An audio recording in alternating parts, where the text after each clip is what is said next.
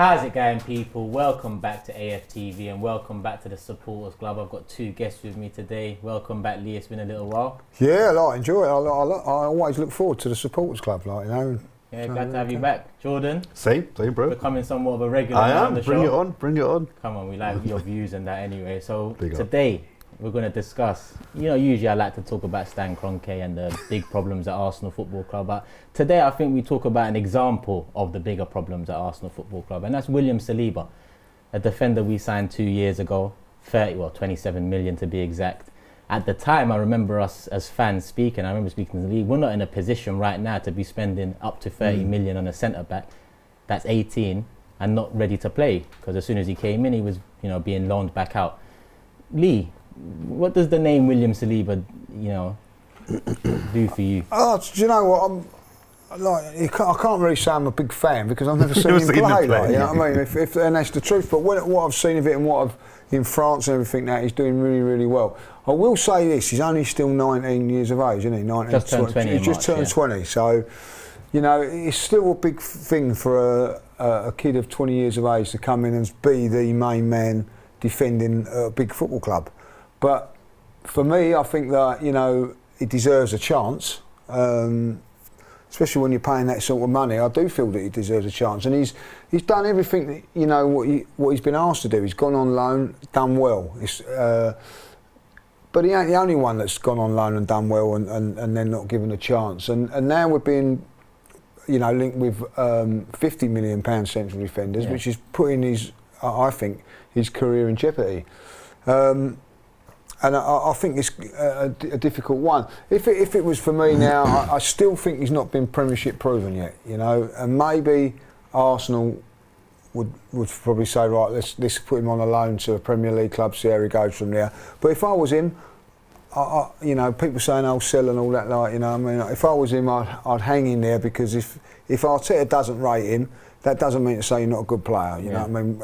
It's all about opinions, and if things go the way I think they will go, he could be here a lot longer than Arteta. Before we get into Arteta's opinions or assumptions of his opinions, Jordan, what's your initial? What did you think when we initially went for William Saliba, 18 years of age, 27 million, knowing we need a ready-made centre back? I was excited, but I'm not going to lie and say that I'd followed League On, vividly and strongly for the last 2 years, and I'd seen every game he played, because I hadn't. But I was excited because from people who I rate their opinion and who do watch the French league, they were saying to me, "You've got a good player there." And also, I think it was Real Madrid. There were some big clubs that wanted him as well, and that's always a good sign when other big clubs are in for a player and you get him. That makes me think, okay, this guy must be good.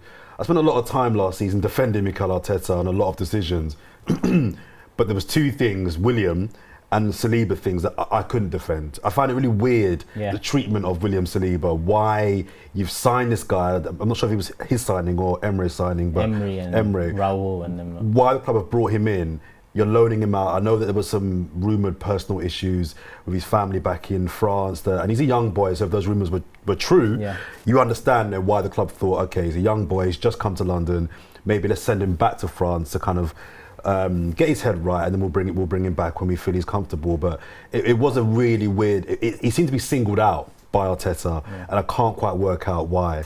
Some of the clips that I'd seen of him, and granted they were just clips when we signed him, he looked really good. He looked strong for someone that of his size, very mobile.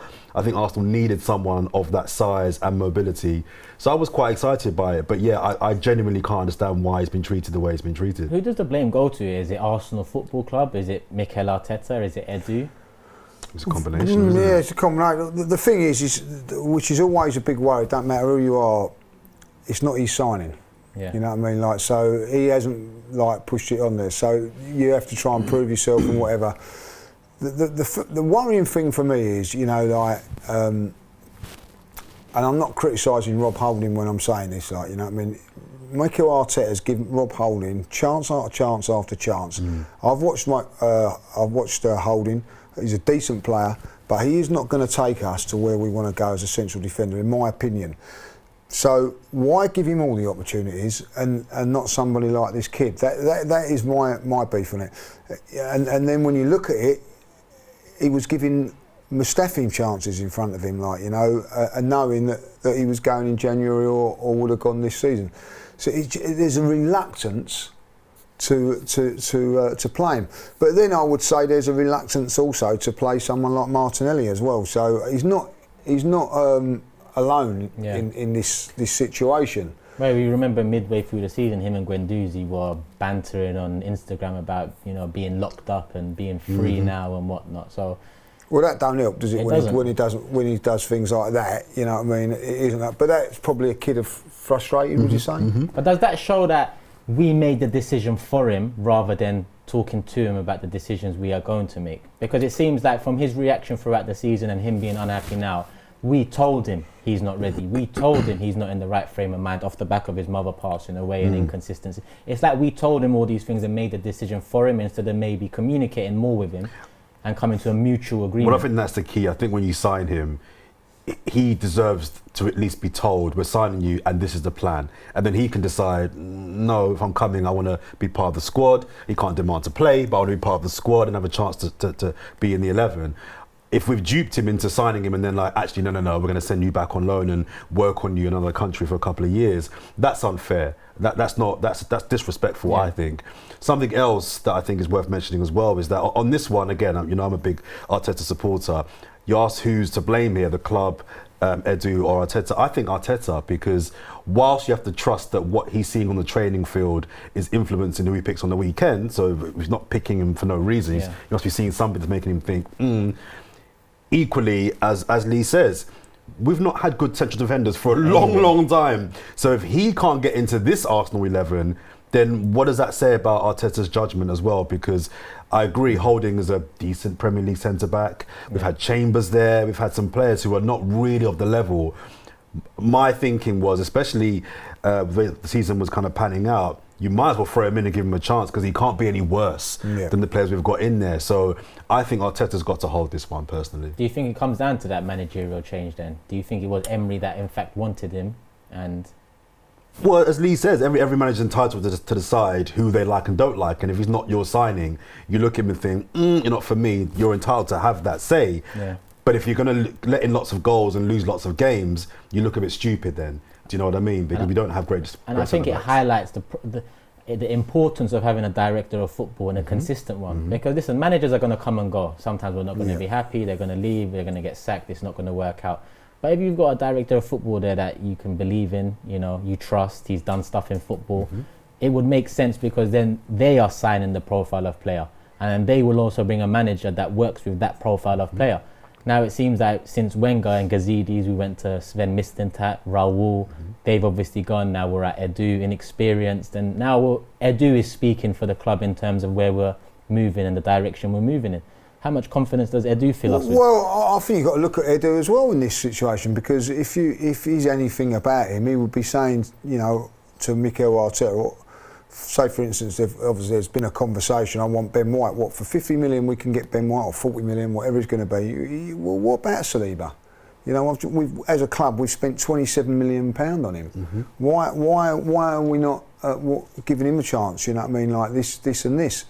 It just seems that the club are just saying, all right, listen, I'm not criticising the Ben White situation. If Ben White's available and Arsenal can get him, great. And then you've got 4 central defenders, in my eyes, that are going to take us to the next level. And I think that would be in Ben White, Saliba, Mari and Gabriel. That is not a bad 4 central defenders. 2 either side, So that's 4 good central defenders that can, you know, if one gets injured, you need 4. So that would be great, and if he would be a part of that. But what it seems to me is all of a sudden, no, we're not.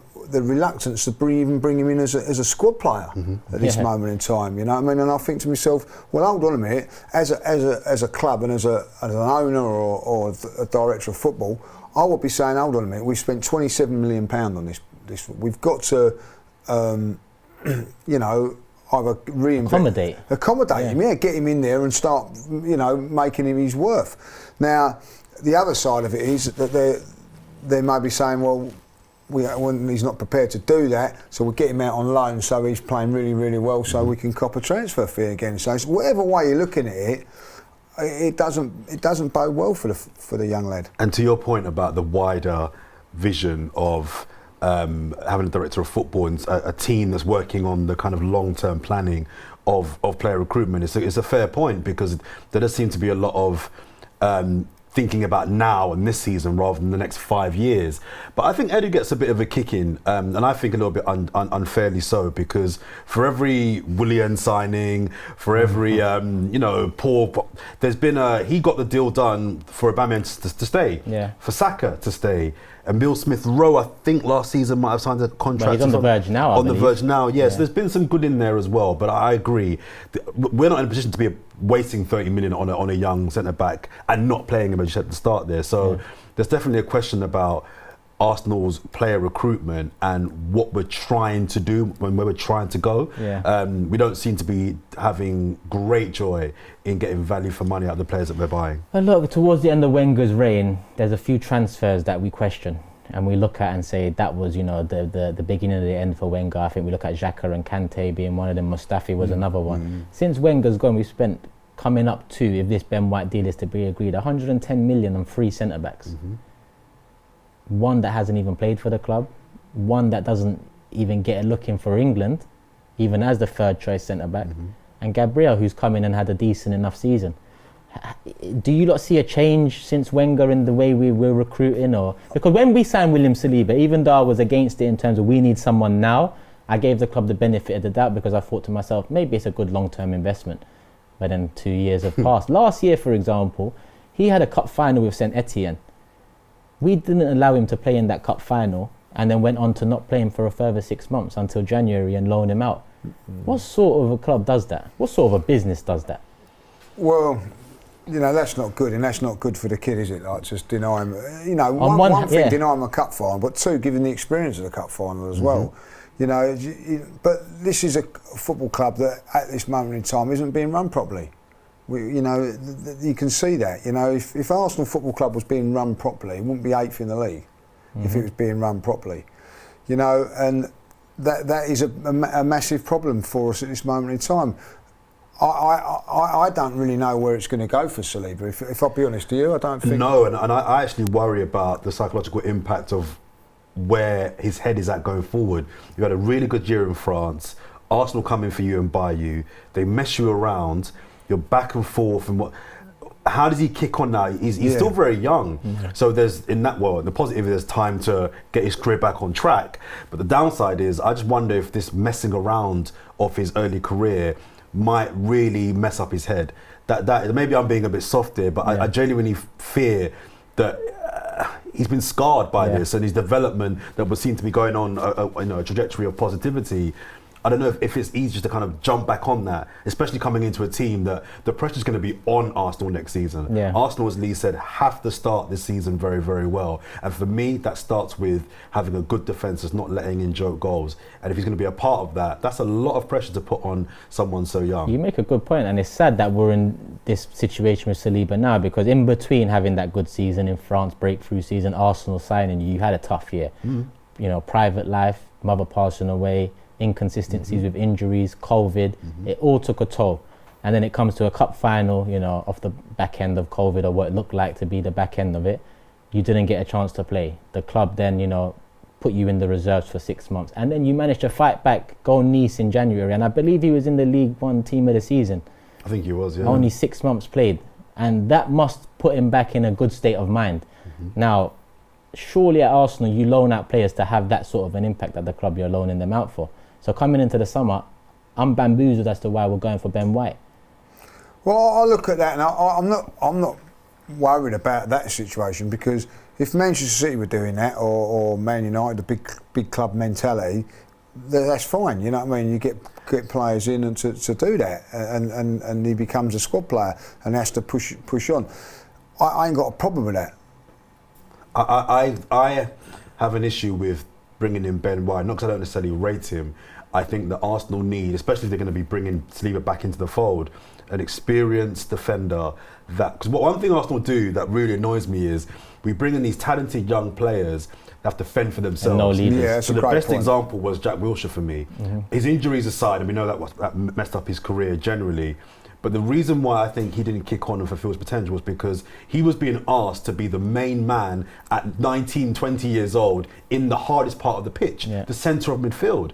And if you're that guy that can come in for 20 minutes after, being 3-0 up and you've got someone next to you that can guide you, that's fine. When you're starting every game, every week, having to win, having to run midfield at Arsenal at a time when they're not great, you can't develop because the pressure's on to keep it simple, don't mess up, we've got to win this game. What you want is people like Saliba next to somebody who can either guide him through games, we haven't got that guy at Arsenal at the moment, or bring him on for the last 15 minutes, the last 15, 20 minutes of every game. We're 2-0 up, game's won, all right, there's no pressure on you now. Do what you do for 6 months, 2 years even, and develop.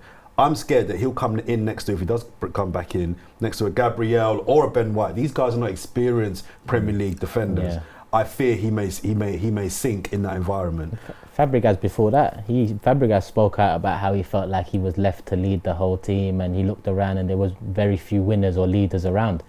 So before Jack Wilshere, we had Fabregas as that example. We didn't. But when he broke into the team, there were leaders. There was initially, but then they got sold off so quick that he became the captain. He became the main man. He was 21 years of age in Premier League, in the most intense league. It's a great point what Jordan makes there, and I totally agree with it. But I think Arsenal are going down a route where they're getting young players to build a young side, a little bit like Ajax sort of thing, do you know what I mean? And build it all young. So Ben White, I think, is 24, Gabriel's 24. Mari's 27, so there's a bit of experience there, and Saliba's 20, so these players then can grow and build going forward. I think that's what they're probably doing. My biggest beef is fine, you know what I mean, spend that money on that, but do not leave the midfield unattended. Because that to me that is where we should have been focusing everything on at this moment. So I think the defence and Saliba, do you know what, I think he could probably come in there and be okay. We've let David Luiz go, so there's obviously something that Mikel Arteta wants, and it looks like it is Ben White, but he also needs to protect that young defence with some solid, experienced midfield players as well. That's where we've fallen over, because again, both of you make good points. When we signed Saliba, we signed Luiz that summer. I believe it was that same summer. And Luiz was meant to be an experienced defender that I thought Saliba would get 1 year with last year and an arm around the shoulder. He didn't get that. Willian came in, experienced, done it all in the Premier League. He wasn't the right type of experience. Now I look at defenders that have been available in the past few years, and we'll laugh at the names now because finishing 8th twice, being linked to these names is a non-entity, but Ramos is available this summer, Alaba has been available, Thiago Silva's been available. Now Chelsea let Luiz go to bring Thiago Silva in.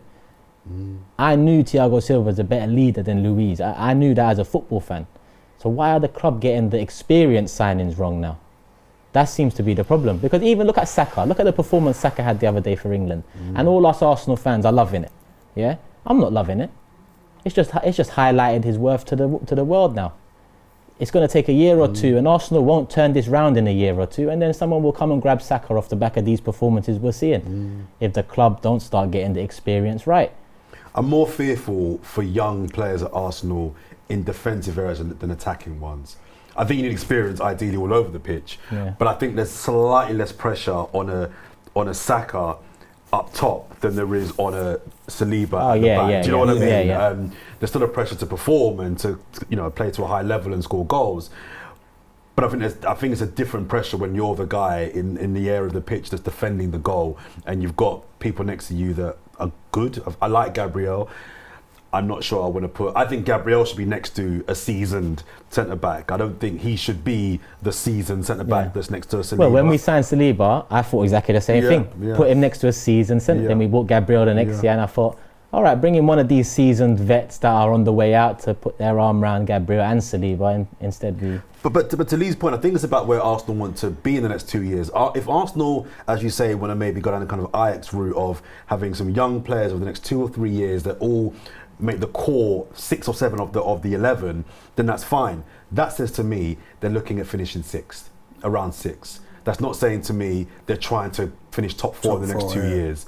Because if they're trying to finish top 4 in the next 2 years, you go out and get a couple of seasoned players that can really help your Emile Smith-Rowe's and your Sakas and your Martinellis. What Lee's maybe kind of suggesting is that if it's indeed true, they're saying, okay, we're in this for the long game. We're in this for the long game. We don't mind waiting 5 years until we're competing for the title. And if that's the plan, then cool.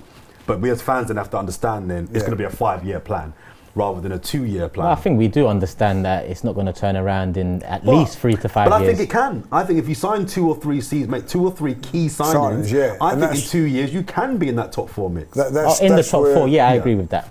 And that's where this transfer window will tell us that, won't it? Like, you know what I mean? I think that if we do go down that route, I think we've got to bring in more than a Ben White. We've got to bring in a Basuma type midfield player. You know, we need 2 of them, by the way. Yeah.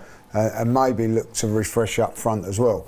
But what worries me is that, you know, straight away it is like, all right, for me, the midfield needs addressing, but we'll concentrate on the back, and we've got too many players in there. We've got to get rid of a few players before we can bring those players in. I agree. Where in the midfield they've all gone. Yeah. So I think it'd have been easier to attack the midfield, get that sorted, and then maybe do something in the last bit. But you know, and if I was Saliba, for instance, I'd be looking at it and going, well, we've got no midfield players at the club, but we're not. You know, we're going back to training next week. No midfield players. All the central defenders are all going to be there. Mavropanos. They're all going to be there. You know, none of them have gone on the Euros. So, like, you know, it'd be a one hell of a defensive five-a-side, wouldn't it? Like, you know what I mean? So, you know, and you know, I'll tell you what we'll do today, Mikel. We'll get the ball to Saliba. You just kick it. There's no midfield. We'll play it to the forwards because you know it's ridiculous. So, you know. I don't really see where they're going with it, really. You know, if I was Saliba, I'd be very, very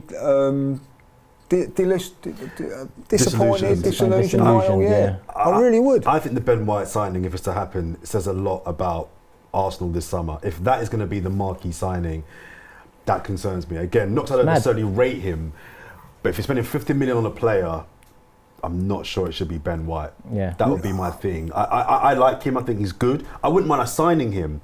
But if he's going to be the marquee signing this summer. So in an ideal world, to wrap it up, I'll ask you to keep Saliba, don't go for White and spend the money elsewhere, or go for White, sell Saliba and see what we have left for elsewhere. I like what I saw of Saliba, so I would keep him. I wouldn't be angry if we signed Ben White, on top of him, but I wouldn't be upset if we passed on that either as well. By you, Lee? I agree with Jordan. Like, you know what I mean? I don't see why we're not going for a Basuma-like midfield player first, and then if you did get, for instance, Basuma and Partey, just say them 2 in front of Saliba and Gabriel. That is a little bit more protection for the young kid as well. Like, do you know what I mean? Like, you know, so listen. I'd love it if we kept Saliba, we bought Ben White, we bought Basuma, and we bought so and so. I'm going to go and buy a shirt. Then you're going to wake up, Lee. I think that's what comes first. Yeah. Unfortunately, I'll wake up like, but the alarm goes off, doesn't it? Like, you know what I mean? Shit, I got recording. But that's what you want. But I'm definitely there with Jordan. If we're going to spend 50 million, £150 million player, I don't want it to be Ben White.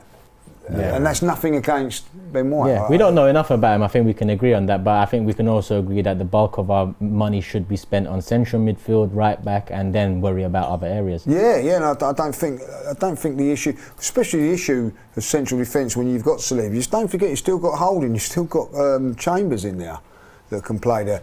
Dino's got to come back. All right, he's probably going to go. But we're stocked. So what are we doing? Yeah. Time to get rid before. I think we need to identify if it's not Ben White. I still think, despite having the numbers of centre backs we've got, I'm still not convinced we've got a top centre back. Yeah. No, 100%. We haven't. And if Ben White is going to be that guy, that makes me a little bit nervous. Yeah, my worry is that in terms of leadership at the back, I think Mari is the biggest leader we have and the most composed. But at the same time, I think Gabriel's probably the best all-round defender, and they both play at the left-sided centre-back position, which makes it difficult to start both together. But it is what it is. We'll see what happens. Thanks, Lee, for coming down. Jordan, problems. Again, as always. This has been the Supporters Club, people. Let us know in the comments below what your thoughts are around William Saliba, around Ben White, and around our priorities in general this summer. Make sure you hit the like button, subscribe, share, do all of that stuff, and we'll be back again soon.